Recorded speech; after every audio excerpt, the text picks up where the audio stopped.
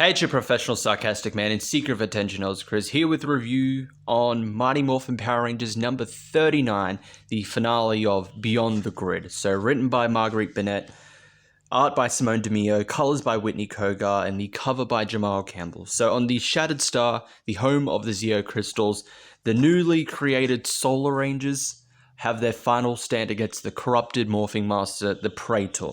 So they learned that by using the power of the Zeo Crystals on that planet, they can reconnect the morphing grid to this universe, which is dying because it doesn't have that connection, and in turn also create a way for them to go back to their own universe. So they're fighting off against a giant monster. Well, he's not really a monster. They're fighting off against a giant. So what would Power Rangers do when they're fighting off against a giant? Well, they summon their Zords, of course.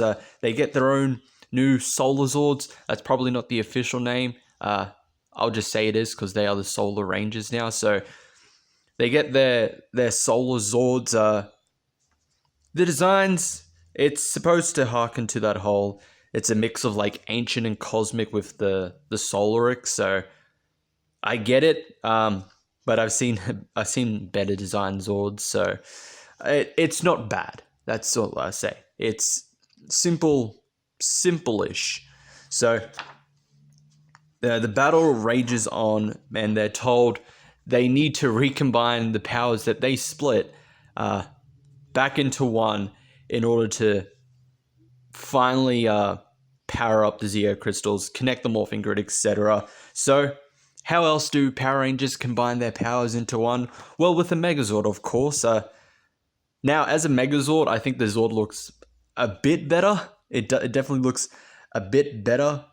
But with the coloring, it doesn't seem like... You can see some noticeable parts, but with the coloring, it doesn't look like 6 Zords merged together. Like connecting to one another to make one giant robot. It's not particularly, but I think I like the design regardless. So they fire their blast at the Praetor, defeating the corrupted morphing master and providing this universe with new life. It's no longer dying, and now they also have their way home. They say their final goodbyes to Ari, who goes off with her friend to find replacement Solar Rangers for this universe.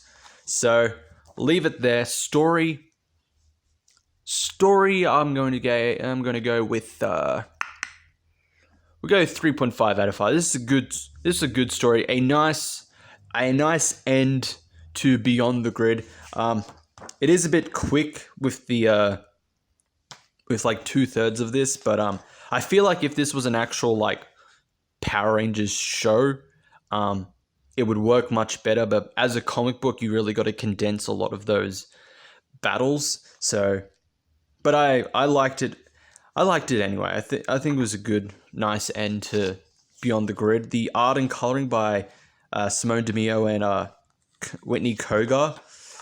I'm gonna give that. I'll give that a 4 out of 5.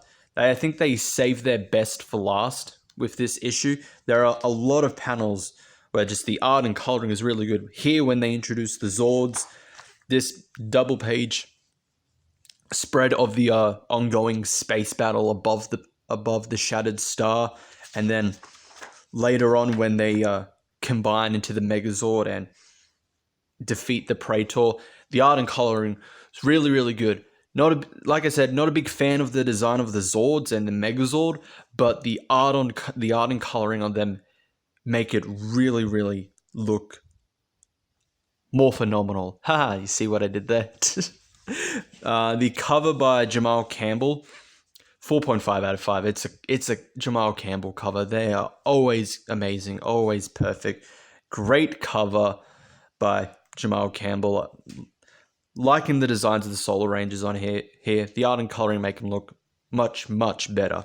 So that is it for Beyond the Grid. This is Marguerite Bennett's last issue. So overall with her run, I think the first half of Beyond the Grid was her best. This second half dragged. It dragged a bit, and they had to quickly rush and finish like small plot lines in order to get to this conclusion. Like with Mike the Magna Defender, like his whole arc of being manipulated by the Praetor, um, that was finished quickly. It was just over and done with it. I feel like if this arc was much longer, that it would have delved deeper into it. But because this was Bennett's last half and the end of her run, I guess she had to like quickly finish everything so she can get to the conclusion. So first half of Beyond the Grid was probably her best. The second half really, really dragged, but it had a nice, simple end. Overall, for Bennett's run, it's not bad, but it's filler. I really do think it is a filler arc. Depending on how issue number 40 goes, which is the start of Ryan Parrott's run and bringing back the actual Mighty Morphin Power Rangers for this one with Necessary Evil. We'll see how it goes, but this is pretty much for now. It seems like this is entirely an optional run.